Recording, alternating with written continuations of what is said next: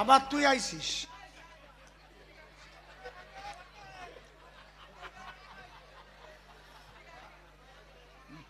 না, ওইরকম দুই একজন মাঝে মাঝে লাগে, তাই না? ভালো কায়দা। আমি একবার টালিগঞ্জে গান গাতে গেছি, ক্লাবের গান, কালী পুজোর গান। আর কালী পুজোয় তো জম্বের খাওয়া খায়। কি খায় তা কব না, জলের মতো। গান্ধারী শ্রীকৃষ্ণ পালা হচ্ছে, এর মধ্যে একজন ওই ওর মতো আর কি সামনে আসে। এবার একটা প্রশ্ন আছে আমার, এই জবাবনা দিয়ে গান হবে না। হঠাৎ দেখি কমিটির সেক্রেটারি আমার কানের কাছে এসে কয়, ওনাকে কিছু বলবেন না, উনি আবার আমাকে এরিয়ার দাদা। কি প্রশ্ন? বলছে এই দুর্গা, এই হাম্বিংটা একটু কমাও, বেসটা একটু কমাও। বলছে দুর্গা পূজা আর কালী পূজার সময় পায়খানা বাথরুমের সাবান কেন বেশি ক্ষয় হয়ে যায়? কি জবাব দেবা? কবি গান গাবা? আমি ভাবলাম, ওরে ভবা, কবি গান শিখাইছিলি তুই? আরে গুরুকে তুই বললাম, কিন্তু একটু বলুন। আর আমারে কত গুরুদেব শালা, এই শালা। তা আবার বলতো তুই আমার সখা।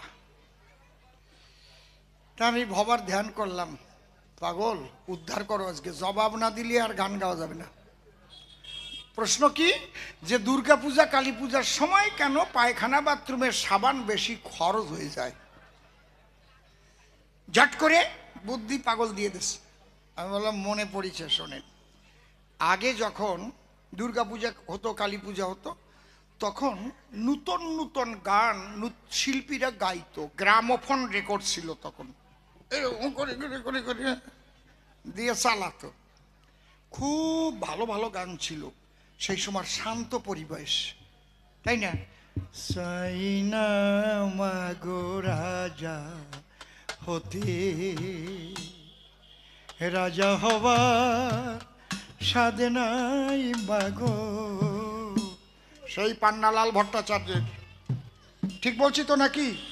শুনলে মনটা জুড়ে যেত। আর মানুষ যখন ওই গান শুনতো, তার গাতি ইচ্ছে করতো, তাই সবার সামনে গাতো না, ওই পায়খানা বাথরুমে যাইয়ে সাবান নিত আর গাতো আস্তে আস্তে। গানটাও শান্ত, আর সাবানও আস্তে আস্তে ডলতো। আমি চাই না মাগো রাজা হতে, রাজা হবার সাধনাই মাগো। মনটা তো গানের দিকে, যেন ডলাটা আস্তে আস্তে। আর আজকাল কালী পুজো দুর্গা পুজোর সময় যে গান বেরোয়, তাই যে গায় রাম্বা হো হো হো, রাম্বা হো হো হো, রাম্বা হো হো হো, 3-4 গসায় সাবান শেষ, যা।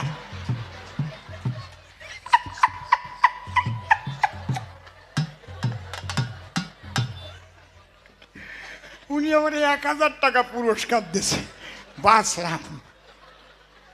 তার একটা আজকে পাইছি হয়েছে, মাঝে মাঝে ঠেলিয়ে উঠতেছে। ভালো, বাঁচিয়ে থাক। হরি বল। ভালো কায়দার মানুষ। যাক, চুপ।